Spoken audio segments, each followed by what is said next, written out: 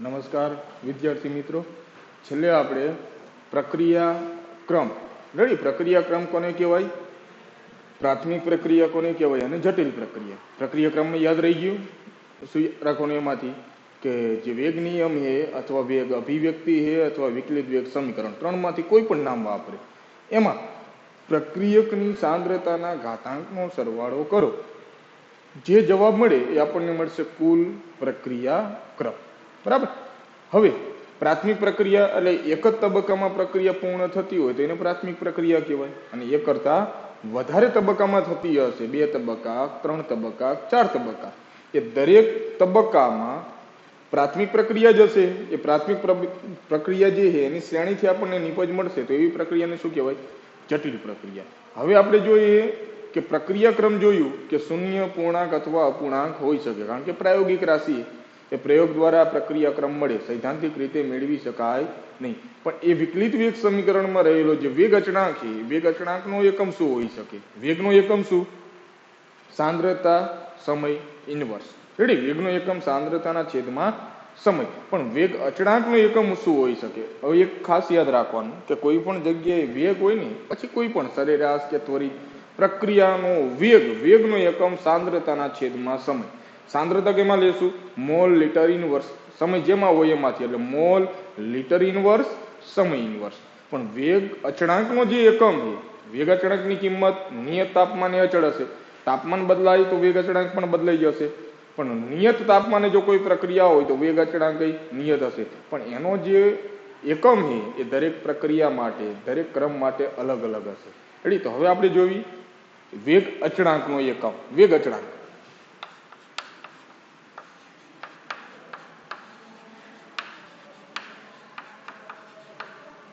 Ready? કોઈ એક સામાન્ય પ્રક્રિયા છે,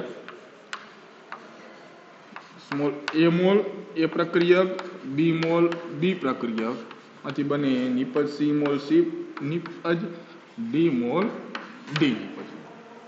એ અને બી બે પ્રક્રિયકો, સ્મોલ એ અને બી એના તત્વયોગમિતીય ગુણાંક, મોલની સંખ્યા, સી અને ડી કેપિટલ નિપજો અને સી અને ડી સ્મોલ જે તત્વયોગમિતીય ગુણાંક. હવે આમાં જે વેગ એ વેગ કોને પ્રમાણમાં હોય? તો કે પ્રક્રિયકની સાંદ્રતાના ઘાતાંકના. પ્રક્રિયક એટલે એની સાંદ્રતા અને બીની સાંદ્રતા એના ઘાતાંકના. તો તત્વયોગમિતીય ગુણાંક સાથે કોઈ સંબંધ નથી, એટલે જે ઘાતાંકની કિંમત કોઈ પણ હોઈ શકે. તો અહીંયા હું લખું x અને અહીંયા લખું y. રેડી? હાલો ચલે નિશાની કાઢો. તો વેગ બરાબર વેગ અચળાંક કે એની સાંદ્રતાની x ઘાત અને બીની સાંદ્રતાની y ઘાત. એમાં k એટલે સપ્રમાણતા અચળાંક, જેને કહેશું આપણે વેગ અચળાંક. વેગ અચળાંકનો આપણે એકમ જોઈએ, એનો એકમ તો કેને કરતા બનાવી? વેગ અચળાંકની. તો વેગ અચળાંક k બરાબર વેગ છેદમાં એની સાંદ્રતાની x ઘાત અને બીની સાંદ્રતાની y ઘાત. રેડી? હવે વેગનો એકમ શું? સાંદ્રતાના છેદમાં સમય. તો સાંદ્રતા છેદમાં સમય અહીંયા 1 છેદમાં એ. પણ અહીંયા એની કઈ કિંમત લખવાની? એની સાંદ્રતા, બી પ્રક્રિયકની સાંદ્રતા. તો સાંદ્રતાની x ઘાત અને સાંદ્રતાની y ઘાત, બંનેનો સરવાળો ઘાતનો. તો સાંદ્રતા છેદમાં સમય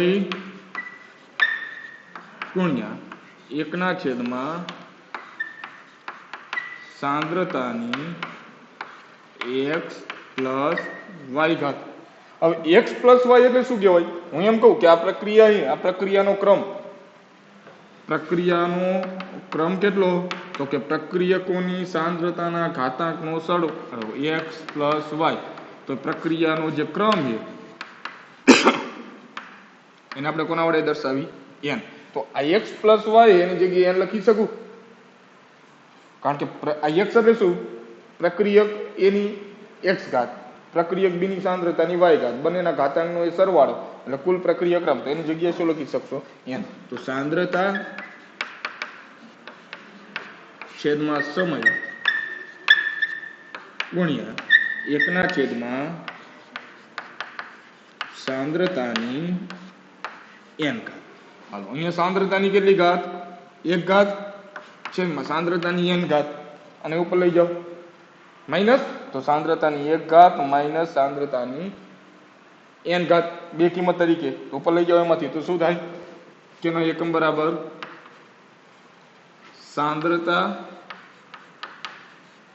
સાંદ્રતાની 1 માઇનસ n ઘાત, સમયને ઉપર લઈ જાઓ, સમય ઇન્વર્સ. આ વેગ અચળાંકનો એ સામાન્ય એકમ.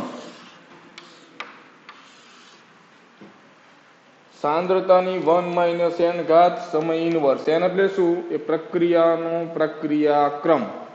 પ્રક્રિયાક્રમ જે અહીંયા મૂકશો તો એ વેગ અચળાંકનો એકમ મળી જશે. જેવી પ્રક્રિયા એવો એનો વેગ અચળાંકનો એકમ મળી જાય. હવે આપણને ખબર છે કે સાંદ્રતા કેમાં લેવાની? હવે જો સાંદ્રતાનો એસઆઈ એકમ કયો? સાંદ્રતા એ એનો એસઆઈ એકમ, એસઆઈ એકમ થાય એનો મોલ મીટર ઇનસ 3, મોલ પ્રતિ મીટર ઘન, બરાબર. પણ એનો જે વ્યવહારિક એકમ છે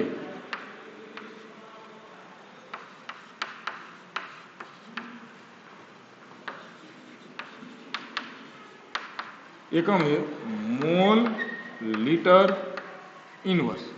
રેડી? અને સમય સેકન્ડમાં લેવી. વ્યવહારિક એકમ મોલ લીટર ઇનવર્સ લેવી અને સમય સેકન્ડમાં. તો એકમ શું બને?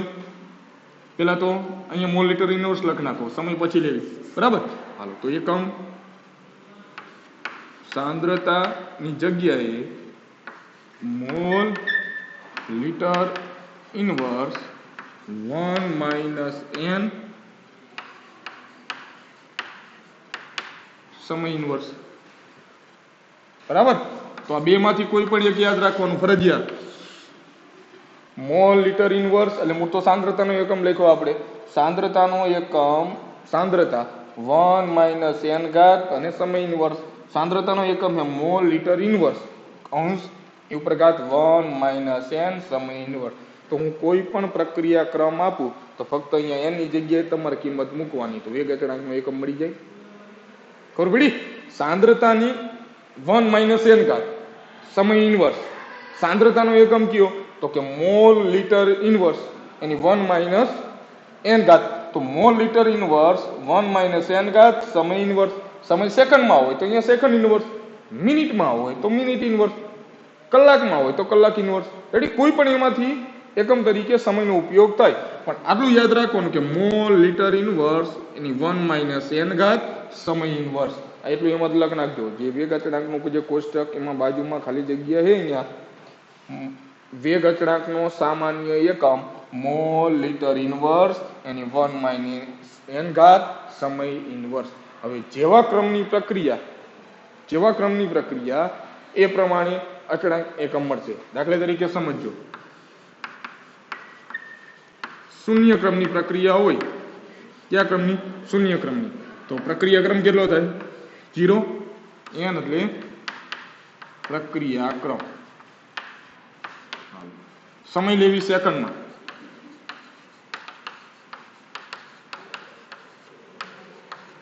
રેડી? સમય કેમાં લેવી? સેકન્ડમાં. તો શું એકમ થાય આપણે એમાંથી જાણવું હોય. હાલો, તો પેલા એમાંથી સમજો. શૂન્ય ક્રમની પ્રક્રિયા એટલે પ્રક્રિયા ક્રમ શૂન્ય, તો એની જગ્યાએ કેટલા મૂકવાના? 0. તો એની જગ્યાએ 0 મૂકો. શું થાય? Mole litre inverse second inverse. Mole litre inverse એની 1 ઘાત એટલે તો એમનામ રહેશે. સમય સેકન્ડમાં લેવી તો સેકન્ડ ઇન્વર્સ, મિનિટ હોય તો મિનિટ ઇન્વર્સ. જો આ એકમ કોનો થાય? વેગનો. વેગનો એકમ શું? મોલ લીટર ઇન્વર્સ સમય ઇન્વર્સ સેકન્ડ ઇન્વર્સ. તો શૂન્ય ક્રમની પ્રક્રિયા હોય, શૂન્ય ક્રમની પ્રક્રિયામાં વેગ અચળાંકનો એકમ જે વેગનો એકમ હશે એ જ વેગ અચળાંકનો એકમ થશે. તો શૂન્ય ક્રમની પ્રક્રિયા હોય તો એનો એકમ શું?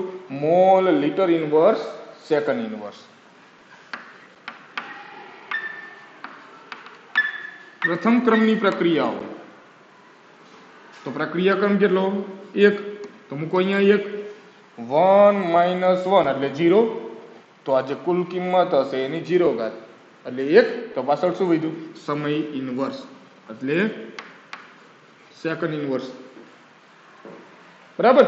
તો એની પાછળ વધશે એ સમય inverse second inverse.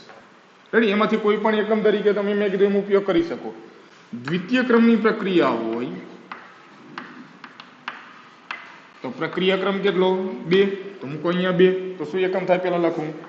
Mall litre inverse 1 - 2 એટલે -1 સેકન્ડ ઇનવર્સ, અથવા -1 આને આપી દો તો શું થાય? Mall inverse litre second inverse. Mall inverse minus minus આ પ્લસ એટલે લિટર પ્લસ થઈ જાય અને સેકન્ડ ઇનવર્સ. કયા ક્રમની પ્રક્રિયા?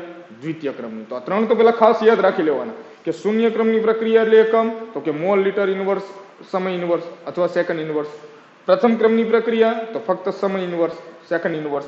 દ્વિતીય ક્રમની પ્રક્રિયા તો મોલ લિટર ઇનવર્સ એનો ઇનવર્સ અને સેકન્ડ ઇનવર્સ અથવા mall inverse litre second inverse. કોઈ પણ એકમ તરીકે એમાંથી તો કોઈ પણ ક્રમની પ્રક્રિયા હોય, દાખલા તરીકે હું એમ કહું તૃતીય ક્રમની પ્રક્રિયા હોય તો n બરાબર 3, તો અહીંયા 3 મૂકો. 1 - 3 1 - 3 તો -2. તો મોલ લિટર ઇનવર્સ એની -2 ઘાત સમય ઇનવર્સ. ચોથા ક્રમની પ્રક્રિયા હોય તો અહીંયા 4 મૂકો. 1 - 4 એટલે કેટલા થાય? -3. તો મોલ લિટર ઇનવર્સ એની -3 ઘાત સમય ઇનવર્સ. ખબર પડી? તો કોઈ પણ પ્રક્રિયા હોય જેનો વિકલિત વેગ સમીકરણ આપ્યું હોય અથવા પ્રક્રિયા ક્રમ આપ્યો હોય, વિકલિત વેગ સમીકરણ આપે, વેગ નિયમ આપે, સમજો એમાંથી કે કોઈ પણ પ્રક્રિયા હોય એનું વિકલિત વેગ સમીકરણ આપી દે, આપણને વેગ નિયમ આપી દે અને એમ કે એના વેગ અચળાંકનો એકમ કયો મેળવી શકાય. કોના ઉપરથી? પેલા પ્રક્રિયા ક્રમ જાણવું પડે. અથવા બે પ્રક્રિયકે બંને પ્રક્રિયકની સાપેક્ષના પ્રક્રિયા ક્રમ આપ્યા અને એમ કે વેગ અચળાંકનો એકમ કયો, તો પ્રક્રિયા ક્રમ તમને ખબર હશે તો વેગ અચળાંકનો એકમ મળી જાય. ફરીથી શૂન્ય ક્રમની પ્રક્રિયા તો કે મોલ લિટર ઇનવર્સ સમય ઇનવર્સ. પ્રથમ ક્રમની પ્રક્રિયા તો કે સમય ઇનવર્સ. દ્વિતીય ક્રમની પ્રક્રિયા મોલ લિટર ઇનવર્સ એનો ઇનવર્સ અને સમય ઇનવર્સ. રેડી? આ ત્રણ માટે એમાંથી. અને છેલ્લે મેં કીધું એમ આજે એકમ લ્યો કોના માટે? n ક્રમની પ્રક્રિયા માટે. કોઈ પણ ક્રમની પ્રક્રિયા હોય તો મોલ લિટર ઇનવર્સ એની 1 - n ઘાત સમય ઇનવર્સ. સમય જો સેકન્ડમાં લો તો સેકન્ડ ઇનવર્સ. ખબર પડી? તો મગજમાં એક ફીટ કરી નાખવાનું. વેગ અચળાંક એટલે નિયત તાપમાનની અચળ હશે અને એનો એકમ જુદા જુદા ક્રમની પ્રક્રિયા માટે એનો એકમ જુદો જુદો હશે. અથવા એકમ ઉપરથી આપણે ખબર પડી જાય કે આ કયા ક્રમની પ્રક્રિયા હશે. હું એમ કહું કે એક પ્રક્રિયા છે કે જેના વેગ અચળાંકની કિંમત આપી 2.8 મિનિટ ઇનવર્સ, તો કયા ક્રમની પ્રક્રિયા હોય? પ્રથમ ક્રમની.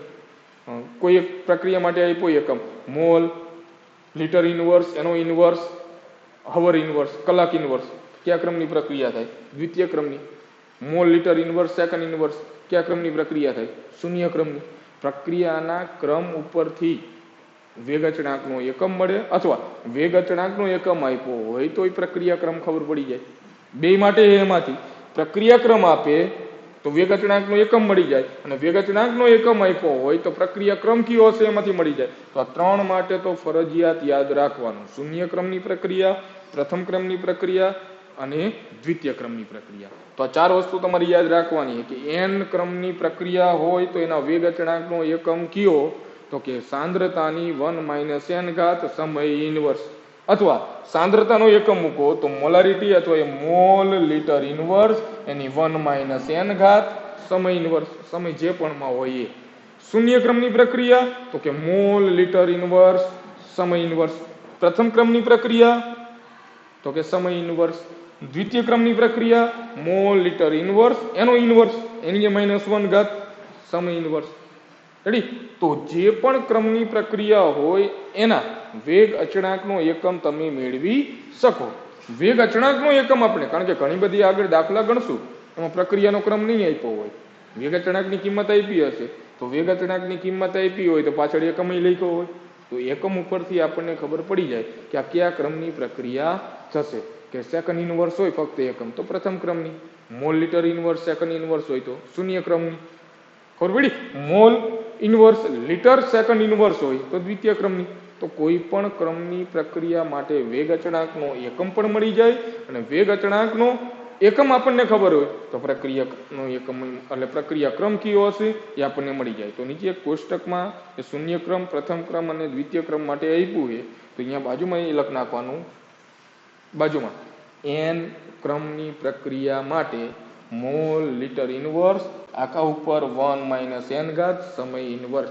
જે પણ ક્રમની પ્રક્રિયા પૂછે અહીંયા n ની જગ્યાએ કિંમત બદલાવાની, તો તમને એનો એકમ મળી જશે. ખબર પડી? તો વેગ અચળાંકનો એકમ કોઈ એક ફિક્સ નથી. વેગ કે તો વેગનો એકમ ફિક્સ, સાંદ્રતા સમય inverse, mall litre inverse, second inverse કે મિનિટ ઇનવર્સ કોઈ પણ એકમ તરીકે. પણ વેગ અચળાંકનો એકમ તો એ પ્રક્રિયા ક્રમ ઉપર આધાર રાખશે. કોઈ પણ શૂન્ય ક્રમની પ્રક્રિયા હોય તો દરેકનો એકમ સરખો હશે. કયો? તો કે mall litre inverse, second inverse. પ્રથમ ક્રમની પ્રક્રિયા હોય તો સેકન્ડ ઇનવર્સ. દ્વિતીય ક્રમની પ્રક્રિયા હોય તો બે રીતે લખી શકીએ, મોલ લિટર ઇનવર્સ એનો ઇનવર્સ સેકન્ડ ઇનવર્સ, અથવા mall inverse litre second inverse. Ready? એટલે ખાસ ધ્યાન રાખવાનું એમાંથી વેગ અચળાંકના એકમ માટે. આગળ એના આપણે ઉદાહરણ જોવી કે વેગ અચળાંક, એનો એકમ, પ્રક્રિયાનો ક્રમ કોને કહેવાય એના માટે. પણ આ 4 વસ્તુ યાદ રાખવાની ફરજિયાત. શૂન્ય ક્રમની પ્રક્રિયા, પ્રથમ ક્રમની પ્રક્રિયા અને દ્વિતીય ક્રમની જે પ્રક્રિયા છે એ ત્રણ પ્રક્રિયાનો પ્રક્રિયા ક્રમ જે છે એને આધારિત એના વેગ અચળાંકના એકમો. એ તો ડાયરેક્ટ જ યાદ રાખવાના. શૂન્ય ક્રમ તો ડાયરેક્ટ એ મગજમાં આવવું જોઈએ, mall litre inverse, second inverse અથવા સમય ઇનવર્સ. પ્રથમ ક્રમ તો ફક્ત સમય ઇનવર્સ. દ્વિતીય ક્રમની પ્રક્રિયા તો mall litre inverse, second mall litre inverse એનો ઇનવર્સ, સેકન્ડ ઇનવર્સ અથવા mall inverse litre second inverse. સામાન્ય એક જ યાદ રાખો એટલે કોઈ પણ માટે તમે મેળવી શકો. મોલ લિટર ઇનવર્સ એની 1 - n ઘાત સમય ઇનવર્સ. સમયની જગ્યાએ જે પણ સમય હશે એ મૂકી દો તો કોઈ પણ ક્રમની ખાલી n ની જગ્યાએ તમારે ક્રમ મૂકવાનો, તો તમે કોઈ પણનો એકમ બની શકો. અથવા એકમ આપ્યો હોય તો એના ઉપરથી તમે પ્રક્રિયાનો ક્રમ મેળવી શકશો બે બાજુએ. બરાબર? એટલે સૌથી અગત્યનો એમાંથી વેગ અચળાંકનો એકમ. આગળ એનું ઉદાહરણ જોઈએ. એમાં જો કોયડો 4.4 બાજુમાં એમાંથી લખ નાખજો. બરાબર? હોય તો જોઈ લો બે.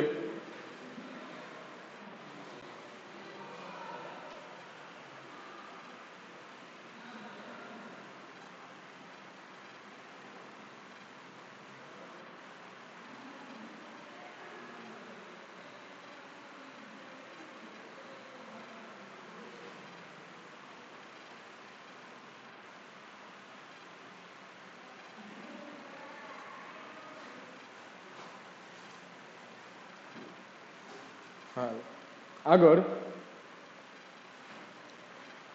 ઉદાહરણ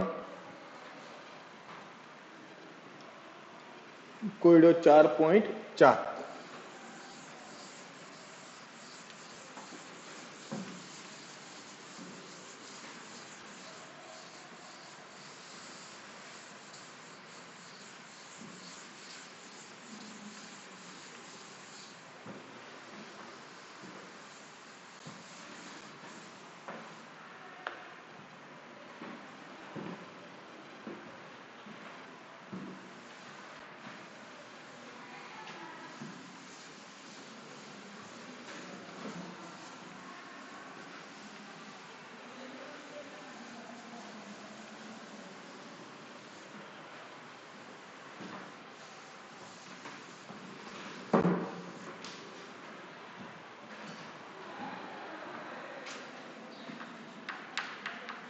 કોયડો 4.4. બરાબર? હાલો એમાં જો બે આપ્યા કે નીચેના દરેક પ્રક્રિયા અચળાંક પરથી પ્રક્રિયા ક્રમ શોધી કાઢો. એમાં પેલું આપ્યું જો કે બરાબર 2.3 ગુણ્યા 10 - 5 ઘાત litre mole inverse second inverse. બીજો એ વેગ અચળાંક કે બરાબર 3 ગુણ્યા 10 - 4 ઘાત સેકન્ડ ઇનવર્સ. આપણે બંનેમાં પ્રક્રિયા ક્રમ ગણવાનો છે. કેની કિંમત આપી દીધી? એકમ એનો એ litre mole inverse second inverse. તો આ એકમ કોનો થાય? શૂન્ય ક્રમની પ્રક્રિયાનો થાય. નહીં થાય. શૂન્ય ક્રમનો શું થાય? Mole litre inverse second inverse. બરાબર. તો આ કયા ક્રમની પ્રક્રિયાનો થાય? દ્વિતીય ક્રમની. Mall inverse litre second inverse. તો આ પ્રક્રિયા કયા ક્રમની હશે? દ્વિતીય ક્રમની. તો n બરાબર 2. હાલો આનો એકમ જો શું છે? Second inverse. તો ફક્ત વેગ અચળાંકનો એકમ સેકન્ડ ઇનવર્સ કોનો હોય? કયા ક્રમની પ્રક્રિયા? પ્રથમ ક્રમની. તો આ પ્રક્રિયા કયા ક્રમની હશે? પ્રથમ ક્રમની પ્રક્રિયા. તો n બરાબર 1. ખબર પડી? હાલો તો એમાંથી એ કોયડો 4.4 કે વેગ અચળાંકની કિંમત આપણને આપી, આપણે પ્રક્રિયા ક્રમ એમાંથી એ જોઈએ. આગળ સ્વાધ્યાયમાં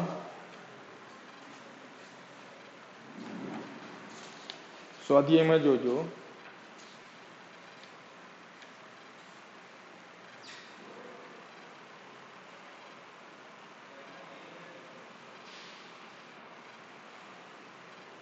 સ્વાધ્યાયમાં 4.1 પેલો દાખલો એમાંથી જો સ્વાધ્યાય છે ને એમાં 4.1 નીચેની પ્રક્રિયાઓ માટે વેગ અભિવ્યક્તિ વેગ રજૂઆત પરથી તેમના પ્રક્રિયાક્રમ અને વેગ અચળાંકના પરિમાણો નક્કી કરો. સ્વાધ્યાયમાં 4.1 નીચેની પ્રક્રિયાઓ માટે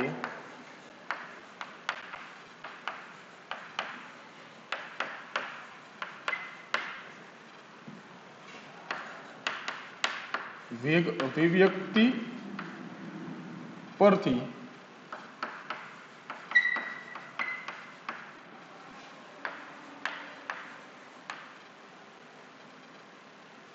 તેમાંના પ્રક્રિયાક્રમ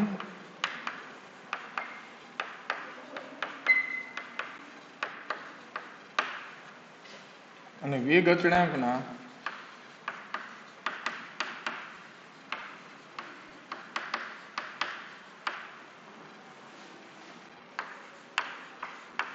પરિમાણો નક્કી કરો. બરાબર. એમાં પેલી પ્રક્રિયા આપણને આપી 3 મોલ નાઇટ્રોજન મોનોક્સાઇડ, એમાંથી બને એ N2O ગેસ માટે. બરાબર ને?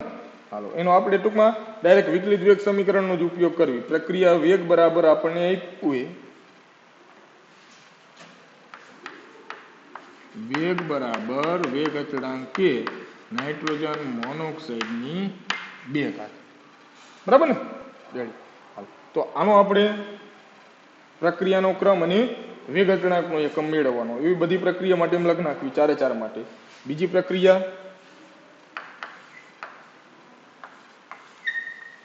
પ્રક્રિયા માટે પ્રક્રિયાનો વેગ બરાબર વેગ અચળાંક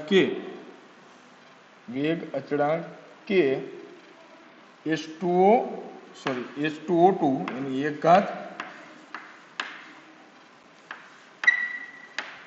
I માઇનસ ની 1 ઘાત. રેડી? પછી આગળ ત્રીજી પ્રક્રિયા માટે વેગ બરાબર વેગ અચળાંક CH3CHO 3/2. ચોથી પ્રક્રિયા માટે પ્રક્રિયાનો વેગ બરાબર કે C2H5Cl. શું ગણવાનું આપણે? પ્રક્રિયાનો ક્રમ અને વેગ અચળાંકનો એકમ. હવે આ વિકલિત વેગ સમીકરણમાં એક જ પ્રક્રિયા છે અને પ્રક્રિયકની સાપેક્ષમાં કેટલી ઘાત છે? એમાંથી 2. તો પ્રક્રિયકની સાંદ્રતાના ઘાતાંકનો સરવાળો એટલે પ્રક્રિયાક્રમ. હાલો તો પેલા તો પ્રક્રિયાક્રમ અને પ્રક્રિયાક્રમ n બરાબર કેટલો થાય? 2. બરાબર. આગળ એક સમીકરણ ઓલું લગ્ન આપી સામાન્ય વેગ અચળાંકનો સામાન્ય એકમ mall litre inverse 1 minus n અને સમય લેવી સેકન્ડમાં સેકન્ડ ઇનવર્સ. રેડી? આ સામાન્ય એકમ માટે એમાંથી આપણે લીધો હોય. હવે પ્રક્રિયા ક્રમ 2, દ્વિતીય ક્રમની પ્રક્રિયા, તો અહીંયા કેટલા મૂકવી? 2. તો શું એકમ થાય? મોલ લીટર ઇનવર્સ એનો ઇનવર્સ સેકન્ડ ઇનવર્સ, અથવા ઇનવર્સ એને આપી દો તો mall inverse litre second inverse એના વેગ અચળાંકનો એકમ. બરોબર? બીજી પ્રક્રિયા માટે તો એમાં પ્રક્રિયા ક્રમ તો કે 2 પ્રક્રિયક છે, બંને પ્રક્રિયકની સાપેક્ષમાં પ્રક્રિયા ક્રમ H2O2 નો 1 અને I- નો 1 એટલે કુલ કેટલો થાય? 2. તો આ પ્રક્રિયા માટે પ્રક્રિયા ક્રમ 2, દ્વિતીય ક્રમની પ્રક્રિયા, તો એનો એકમ આ થશે ને, mall inverse litre second inverse. ત્રીજું, પ્રક્રિયામાં પ્રક્રિયકની સાંદ્રતાનું ઘાતાંક, એક જ પ્રક્રિયક છે 3/2, તો કુલ પ્રક્રિયા ક્રમ કેટલો થાય? 3/2 એટલે 1.5. હાલો, તો કુલ પ્રક્રિયા ક્રમ 3/2 એનો એકમ મેળવવો હોય તો એની જગ્યાએ કેટલા મૂકવાના? 3/2 ને, તો mall litre inverse 1 - 3/2 second inverse 2 - 3/2 આખું ગણતરી કરવી. Mall litre inverse 2 - 3/2 second inverse, તો કેટલા થાય? -1/2. તો mall litre inverse -1/2 second inverse, અથવા -1/2 આપજો, મોલ -1/2 લીટર +1/2 અને સેકન્ડ ઇનવર્સ, તેના વેગ અચળાંકનો એકમ. ફક્ત એની જગ્યાએ કિંમત મૂકવાનો પ્રક્રિયા ક્રમ અને સાદું રૂપ જ આપવાનું એમાંથી. બરાબર? હાલો, આ પ્રક્રિયા, તો એનો પ્રક્રિયા ક્રમ કેટલો થશે? પ્રક્રિયા ક્રમ n = 1, પ્રથમ ક્રમની પ્રક્રિયા, કારણ કે એક જ ઘાત છે એમાંથી. તો એના વેગ અચળાંકનો એકમ થશે મોલ, એની 1 મૂકો ને એટલે આ તો 0 થઈ ગયા એટલે તો નીકળી જશે, ફક્ત શું વધ્યું?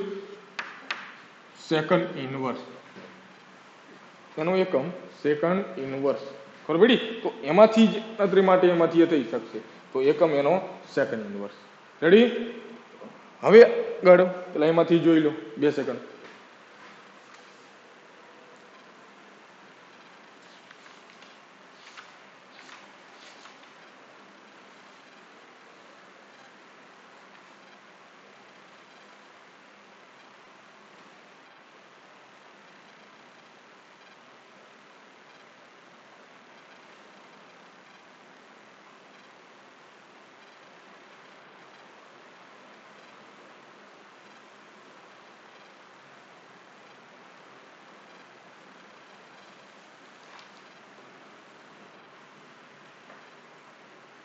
રેડી?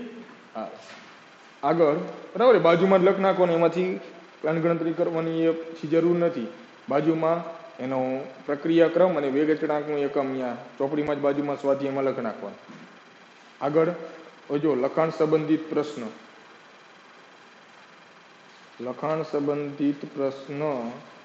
4.3 જો પ્રક્રિયા A+B એમાંથી નિપજ માટે વેગ નિયમ આપણને આપ્યો છે. વેગ બરાબર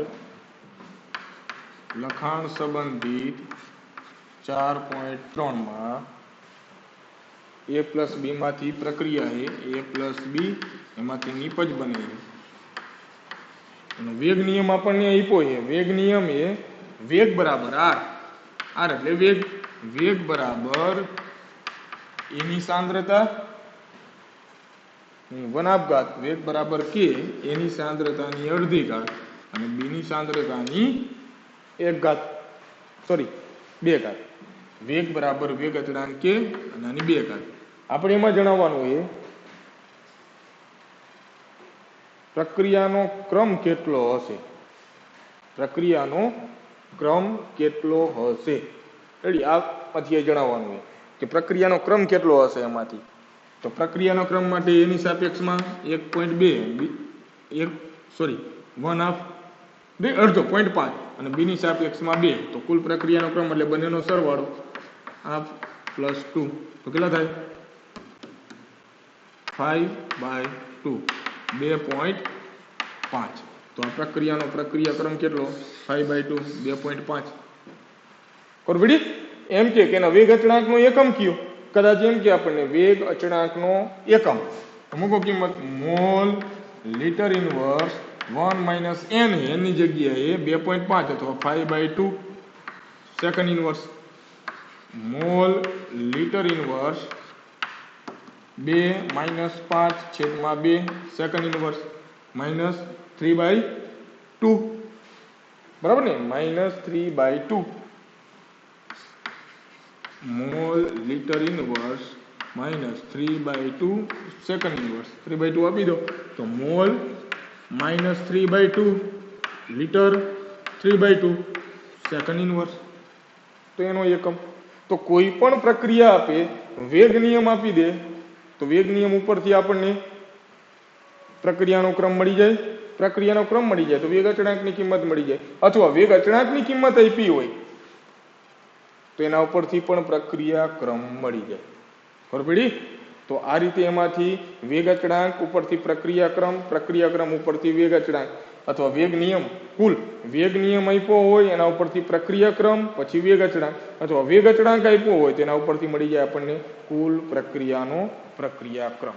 હવે સાંદ્રતાની આપણે અસર જોઈ કે પ્રક્રિયકની સાંદ્રતા વધે, પ્રક્રિયકની કોઈ પણ વેગ નિયમ તરીકે લો, એમ કહું આ પ્રક્રિયકની સાંદ્રતામાં તમે વધારો કરો તો વેગમાં શું થાય? વધારો, કારણ કે એકબીજાના સમપ્રમાણમાં. વેગ અચળાંકમાં કોઈ ફેરફાર નહીં થાય, કારણ કે નિયત તાપમાને કોઈ પણ પ્રક્રિયા માટે વેગ અચળાંકની કિંમત કેવી હોય? અચળ. એ તાપમાન બદલાય તો વેગ અચળાંકની કિંમત બદલાઈ જશે. પણ એક જ પ્રક્રિયા માટે વેગ અચળાંક કેવો હોય? અચળ કિંમત હશે. પણ પ્રક્રિયકની સાંદ્રતા બદલાવો તો વેગમાં શું થશે? ફેરફાર. તો એને આધારિત એમસીક્યુમાં પ્રશ્ન થાય કે પ્રક્રિયકની સાંદ્રતામાં 2 ગણો વધારો 3 ગણો વધારો કરો તો વેગમાં કેટલા ગણો વધારો થાય, કે ઘટાડો કરો તો કેટલા ગણો ઘટાડો થાય. એને આધારિત એમાંથી એમસીક્યુ ઘણા બધા થશે. વેગને આધારે સાંદ્રતા ઉપર, એટલે સાંદ્રતાની વેગ ઉપર થતી અસર કરતા પરિબળો આપણે જોયા. સાંદ્રતા હે, તાપમાન હે, દબાણ હે, ઉદ્દીપક હે. એમાં સાંદ્રતાની અસર લેવી ત્યારે પ્રક્રિયકની સાંદ્રતામાં જો તમે ફેરફાર કરો તો વેગમાં પણ શું થશે? ફેરફાર થશે. તો એને આધારિત એમાંથી એમસીક્યુ માટે આગળ જો લખાણ સંબંધિત પ્રશ્ન 4.4.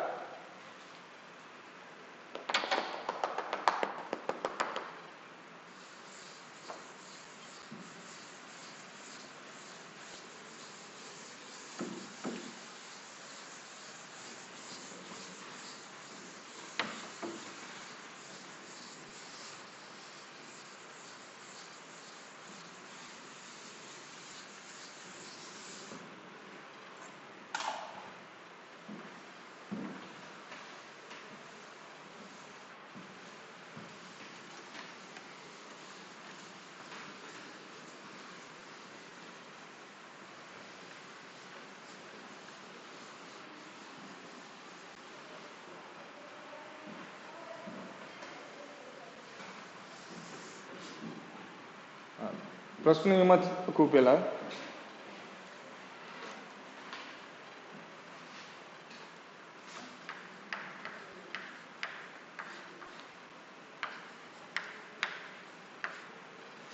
X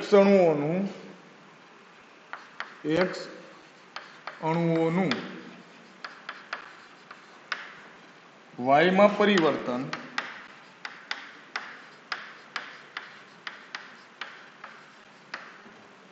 ગતિકીનો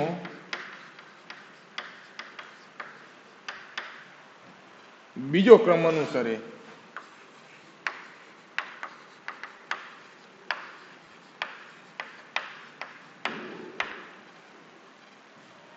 જો X ની સાંદ્રતા 3 ગણી વધારવામાં આવે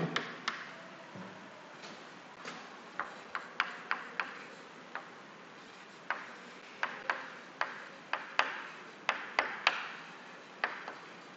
કેટલા ગણી? 3 ગણી વધારવામાં આવે તો તે વાયુના નિર્માણમાં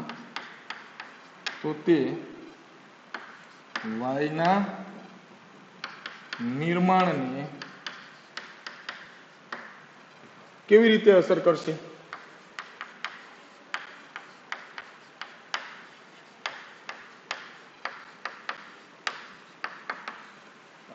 હવે કોઈ પણ પ્રક્રિયા હોય, પ્રક્રિયાના વેગમાં તમે વધારો કરો, તો નિપજમાં વધારો થશે. વેગ જેટલા ગણો વધે એટલો જ નિપજના નિર્માણનો વેગ પણ વધશે, કારણ કે પ્રક્રિયકની સાંદ્રતામાં ઘટાડો થશે એમાંથી. તો પ્રક્રિયકની સાંદ્રતામાં વધારો કરો તો નિપજમાં વધારો થશે, કારણ કે પ્રક્રિયકની સાંદ્રતા વધે તો વેગમાં શું થશે? વધારો. એના કારણે નિપજ. તો આપણે અહીંયા ટૂંકમાં એ ગણવાનું છે કે પ્રક્રિયાએ x અણુઓનું કેમાં પરિવર્તન થાય? વાયમાં. તો પ્રક્રિયા શું થાય? x એમાંથી બને y. ગતિકીનો બીજો ક્રમ અનુસરે, એટલે કે આ પ્રક્રિયા કયા ક્રમની? દ્વિતીય ક્રમની.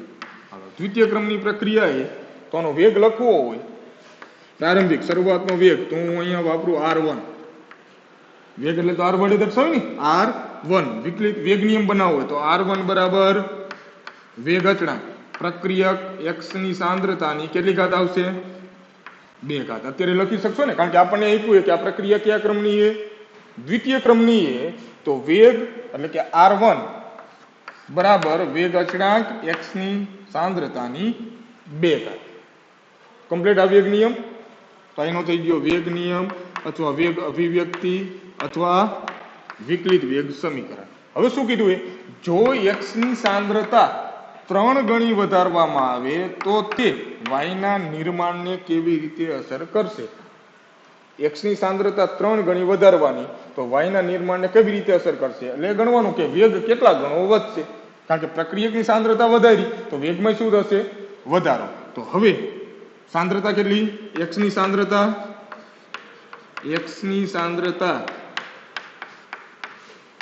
3 ગણી કરતા હવે બદલાયેલો વેગ, તો એ લખ્યું વેગ r2 બદલાઈ જશે ને, કારણ કે સાંદ્રતા બદલાણી તો વેગ પણ બદલાઈ જશે. બરાબર વેગ અચળાંક કે આજે સાંદ્રતાથી 3 ગણી એટલે 3x એનો વર્ગ. રેડી? આગળ હવે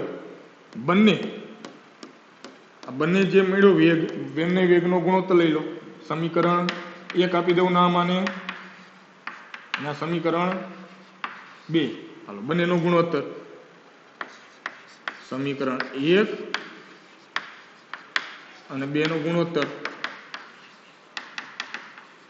રેડી? એક સમજવા માટે કઈ રીતે ગણતરી કરવાની, બાકી ડાયરેક્ટ જવાબ મળી જશે એમાંથી. r1 છેદમાં r2 બરાબર કે x ની સાંદ્રતાની 2 ઘાત છેદમાં કે 3x એની 2 ઘાત. હાલો કે તો કેન્સલ. 3x 2 ઘાત 3 નો વર્ગ 9 થાય ને. r1 સોરી અહીંયા 2 r1 upon r2 બરાબર x ની સાંદ્રતાની 2 ઘાત છેદમાં 3 નો વર્ગ 9 x ની સાંદ્રતાની 2 ઘાત. કેન્સલ. તો r1 છેદમાં r2 બરાબર 1/9. r2 ને કરતા બનાવો અહીંયા, તો r2 બરાબર 9 ગુણ્યા r1. r2 એટલે કયો? બદલાયેલો વેગ. r1 એટલે પ્રારંભિક હતો એ. તો શરૂઆતમાં જે વેગ હતો એના કરતા આ જે બીજો વેગ થયો સાંદ્રતા 3 ગણી કરતા કેટલા ગણો વધશે? 9 ગણો. પ્રક્રિયક x ની સાંદ્રતામાં તમે 3 ગણો વધારો કરો તો વેગ કેટલા ગણો વધશે? 9 ગણો વધે. તો વાયુના નિર્માણમાં શું અસર કરશે કીધું? તો વાયુનું નિર્માણ 9 ગણું વધશે. કેટલું વધશે? 9 ગણું. તો કોઈ પણ ક્રમ આપ્યો એના ઉપરથી જવાબ મળી જાય આપણને કે સાંદ્રતામાં તમે વધારો કરશો, અહીંયા સાંદ્રતામાં તેટલો વધારો કરો તો વેગ કેટલા ગણો વધે એમાંથી ડાયરેક્ટ જ અસર તરીકે એમાંથી મળી જશે. આ એક સામાન્ય રીત આપી મેં તમને કે કઈ રીતે એમાંથી ગણતરી કરવાની. બાકી કોઈ પણ પ્રક્રિયાઓ એમસીક્યુ માટે સાંદ્રતામાં આટલો વધારો કરો, કાની સાંદ્રતા આટલી વધારો તો વેગ કેટલા ગણો વધે એનો ડાયરેક્ટ જવાબ મેળવી શકાય. કેવી રીતે સમજો એમાંથી. આગળ સ્વાધ્યાયમાં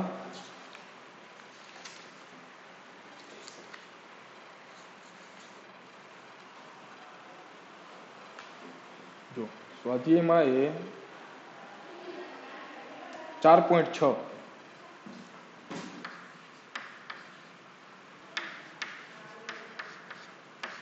સ્વાધ્યાયમાં 4.6 એક પ્રક્રિયા પ્રક્રિયકના સંદર્ભમાં દ્વિતીય ક્રમની છે.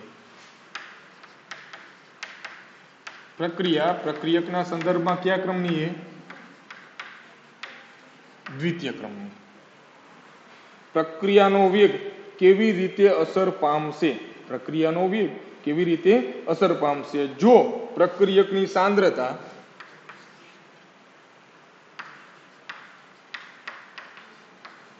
બમણી કરવામાં આવે અને બીજું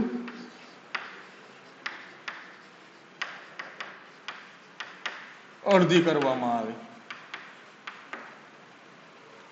બેમાંથી પ્રક્રિયા દ્વિતીય ક્રમની છે અને એમાં પ્રક્રિયકની સાંદ્રતા બમણી કરવામાં આવે તો વેગમાં શું ફેરફાર થશે અને અડધી કરવામાં આવે તો શું ફેરફાર થશે? પ્રક્રિયા દ્વિતીય ક્રમની છે તો વેગ બરાબર શું થાય?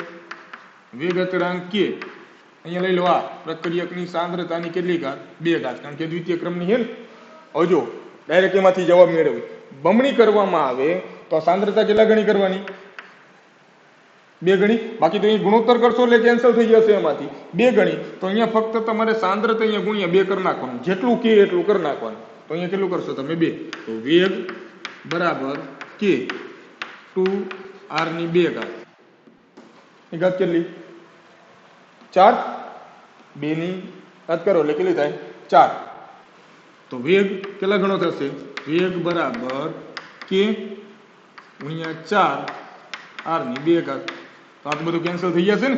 r2 કે r2 તો કેટલા ગણો વેગ વધશે? 4 ગણો. ખબર પડી? અડધી કરવામાં આવે સાંદ્રતા, અડધી કરવામાં આવે તો શું લખવાનું? વેગ બરાબર વેગ અચળાંક જે અહીંયા 2 વડે ગુણ્યા એની જગ્યાએ r/2 2 નો વર્ગ 4 નીચે તો વેગ બરાબર કેના છેદમાં 4 અથવા કે ગુણ્યા 1/4 r નો વર્ગ. તો વેગ ચોથા ભાગનો થઈ જશે. સાંદ્રતા અડધી કરો 4 ગણો મળશે. બરાબર પડી? અહીંયા બમણી કરવાનું દ્વિતીય ક્રમની પ્રક્રિયા છે, 2 ગણી કરો તો 4 ગણો વેગ વધે, અડધી કરશો તો 4 ગણો ઘટશે. એમાંથી હજી એના બીજા ઘણા બધા અને સાંદ્રતાને આધારિત આપણે MCQ આગળ જોશે. બરાબર? આટલું કમ્પ્લીટ કરનાર. રેડી?